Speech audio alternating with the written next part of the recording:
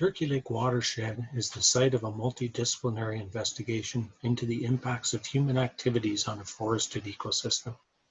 With over 40 years of tracking environmental changes, the Turkey Lakes Watershed study is a sentinel of ecosystem change. The research and monitoring undertaken at the watershed is designed to address critical needs in federal government policy and the sustainable management of forests. Established in 1979, the Turkey Lake Watershed is one of the longest-running whole ecosystem studies in Canada. Researchers from the Canadian Forest Service, Environment and Climate Change Canada, and Fisheries and Oceans Canada established the research watershed to evaluate the impacts of acid rain on terrestrial and aquatic ecosystems. I'm talking to Wayne Johns today. Wayne was a hydrologic technician that worked at the Turkey Lakes Watershed from its inception in 1979 until his retirement in 2006. Good morning, Wayne. You were one of the first research technical staff to be involved in the Turkey Lakes Watershed study in 1979. Can you tell us about the initial search for a watershed and the steps that were involved before Turkey Lakes became the chosen research site? Good morning, Paul. It's good talking to you. Back in 1979, that's when acid rain was just the big thing scientifically in the country. And the researchers at the lab decided they'd get an acid rain study going in the Sioux area.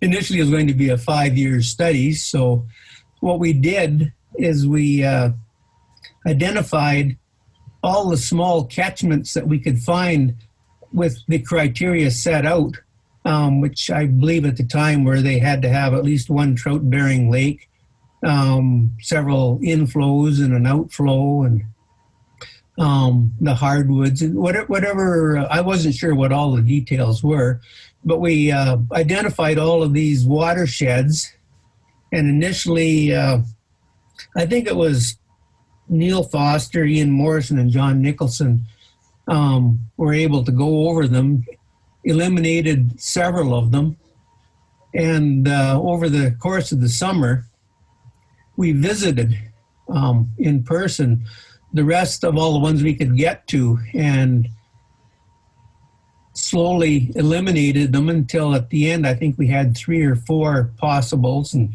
they were visited again on foot.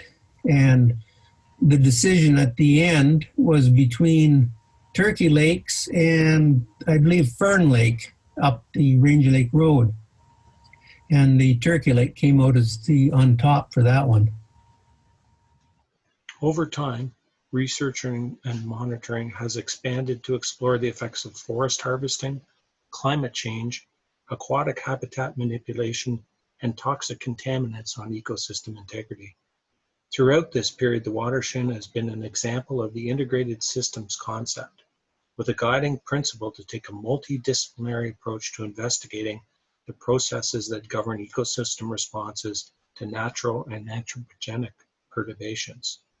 The Turkey Lake Watershed is nestled in the sugar maple-dominated Algoma Highlands of the Great Lakes St. Lawrence Forest region, approximately 70 kilometers north of Sault Ste. Marie, Ontario. The watershed sits in the traditional territory of the Batchewana First Nation and encompasses 10 square kilometers of forest and contains a chain of 5 lakes and numerous headwater catchments, all draining into the Batchewana River and eventually Lake Superior. It's located approximately 12 kilometers inland from Superior, and its climate is strongly influenced by its proximity to the lake. The terrain is rugged, characteristic of the Algoma Highlands, rising from the watershed outlet to the summit of Batchewana Mountain. At 625 meters, Batchewana Mountain is not the highest peak in Ontario, but with its 370-meter vertical rise, that is the highest in the province. It would be a great location for a nice long downhill ski run. While year-round fieldwork at the watershed is supported by a base camp consisting of diesel generator power system, garage, workshop, and lab and accommodation facilities, early fieldwork was much different. Here are some more early memories of spring runoff sampling from Wayne. So when you say rustic, Wayne, can you paint a picture of what that is or what that was at the at that land use camp. I think that was affectionately known as the Turkey Hilton, was it not? It was, yeah. Yeah. It was like hot and cold running mice. There's, it was basically, it was just a one-room camp with a couple of 4 bunks at one end, and because there was a half a dozen of us, and we had some cots spread out, wood heat, no electricity or anything like that, so Coleman lights. We ate really well because the tech ops technician that was up that spring from Environment Canada, a fellow by the name of Hank Don, really knew how to buy groceries. So we, food and hunger was not in our vocabulary that spring. Well, that was probably an important thing, because I remember some of the field work at that time could be really trying. The snowpack starting to fall apart, so it's harder to get around.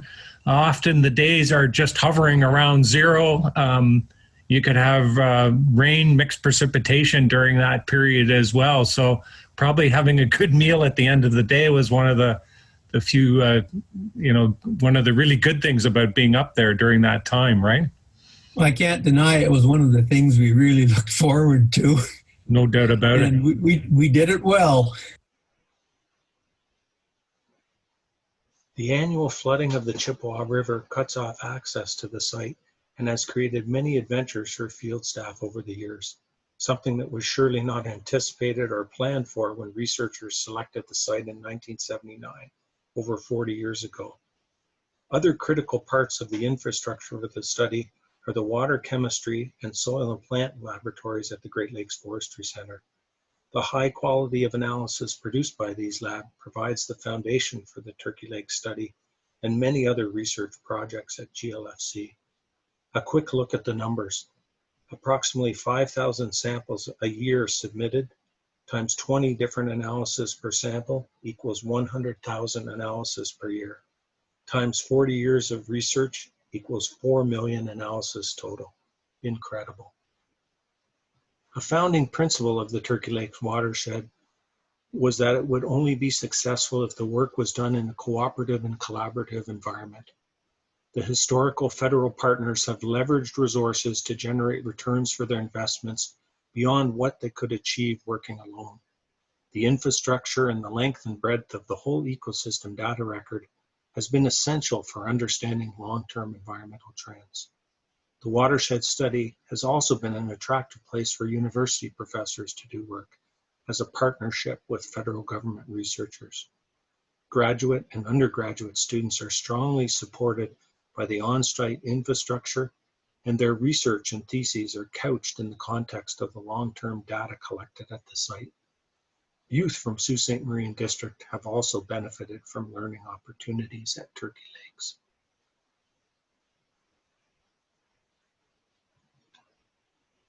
Since its establishment, the fundamental science principle of the research at the Turkey Lakes Watershed has been to examine cross-jurisdictional issues related to whole ecosystem response to human activities.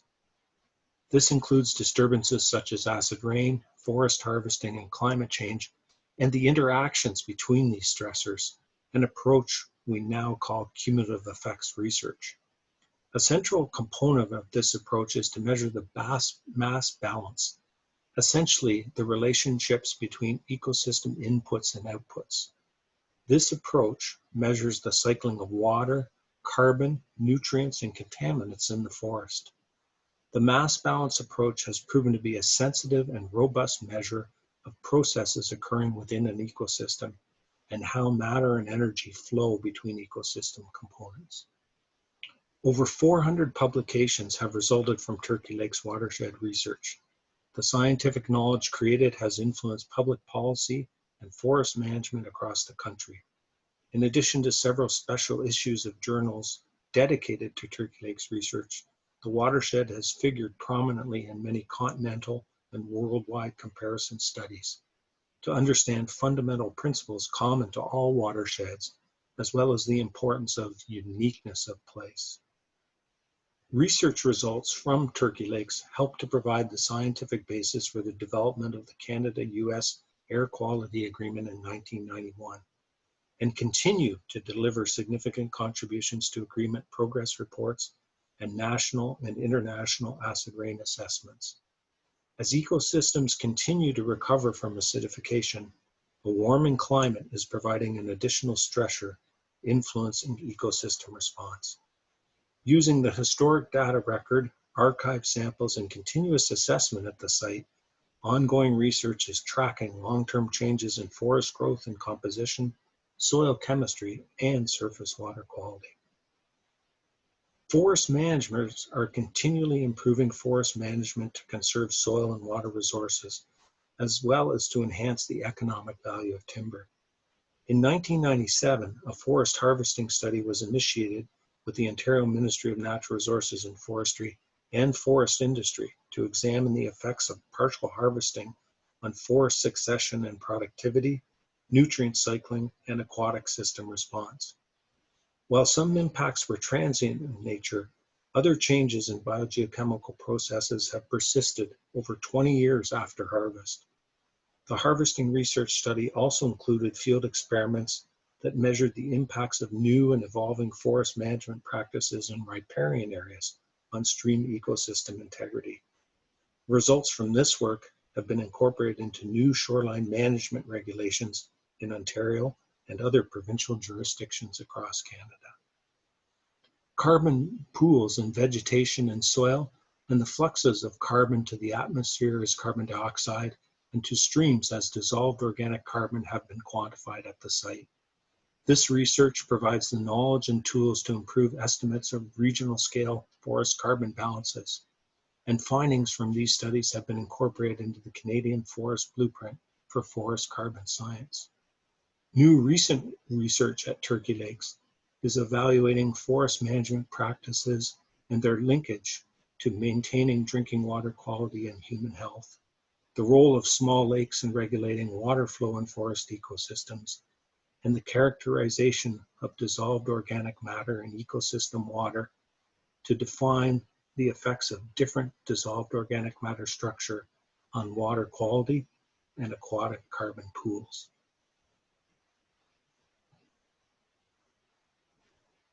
In 2008, GLFC's current Director General, then Amir Director, arranged for the Weather Network to feature Turkey Lakes in a number of segments. If you ever want to get exposure, that's the way to go. Repeated on the hour, every day for 2 weeks, Turkey Lake team members were approached by neighbors and strangers saying they had seen the project featured on the Weather Channel. This clip shows one of those segments. You've probably seen the wet only. Turkey Lakes Watershed, located near Sault Ste. Marie, Ontario, is one of only a handful of long-term environmental research sites in Canada. For 30 years, scientists here collect data relating to impacts of air pollution in Ontario, to Great Lakes water levels, and even climate change. The long-term research sites like Turkey Lakes Watershed are really important in that, unlike the output from a model, these are actual measurements, and we have confidence in what we see and what's happening. And so they're important as calibration tools for these global models or regional models. And we have direct insight into what's going on. And also with something like Turkey Lakes, where we're measuring forest productivity and we're measuring changes in soils and biodiversity, that it gives us a holistic picture that can address many questions going forward. And scientists at the Turkey Lakes Watershed believe they are gathering environmental information much the same way as meteorologists gather weather information. Weather network viewers are quite accustomed to relating long-term observations of weather, be it temperature, precipitation, snowfall, and winds, with averages across the country. And the work at Turkey Lake is much the same idea, looking at different measurements. We're measuring forest growth, and we're doing it over a long period of time to see how that changes. We're measuring soil chemistry to see how that changes over a long period of time. So in a way, the work we're doing here in the forest ecosystem is a way to predict environmental change, just as the Weather Network and their staff do with temperature precipitation records. And scientists here hope that the study of those environmental trends will help us better prepare for the future. For the Weather Network, I'm Chris Dawson in Sault Ste. Marie, Ontario.